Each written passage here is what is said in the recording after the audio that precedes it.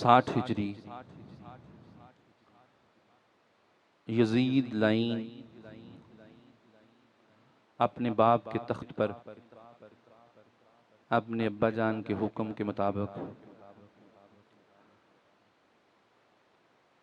तख्त नशीन हुआ और खिलाफत संभालते ही इस लाइन ने सारी सल्तनतों में पैगाम भेजे।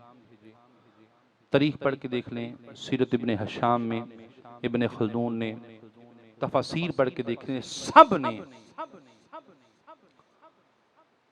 यजीद की बैत का इकरार कर लिया सिवाय चंद एक के।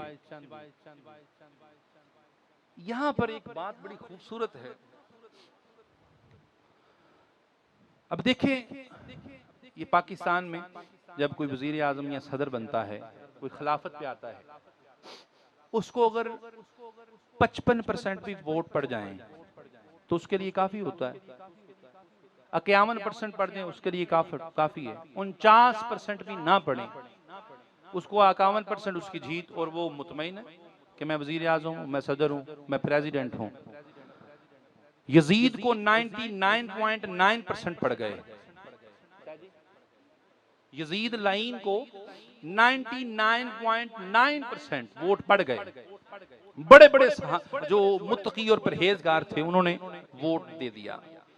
सुल्तान पाक फरमाते हैं कि 18,000 मुफ्तियों ने वोट भी दिया और वोट पढ़वाए भी।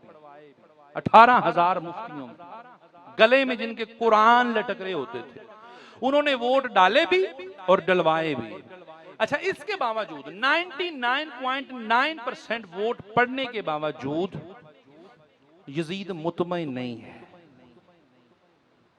कि मैं बादशाह हूं। मैं खलीफा तो नहीं कहता, लेकिन लफ्ज इस्तेमाल करना पड़ेगा, मैं खलीफा हूं। 99.9% वोट पड़ गए।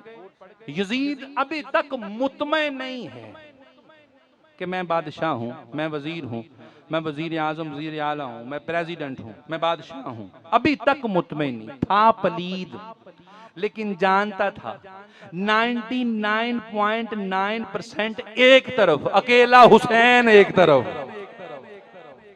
था। लाइन था, लानती था, बेहया और बेगैरत, दुनिया का बदतर इंसान था, लेकिन ये जानता था सबने डाल दिए, लेकिन सिर्फ हुसैन ने ना डाले।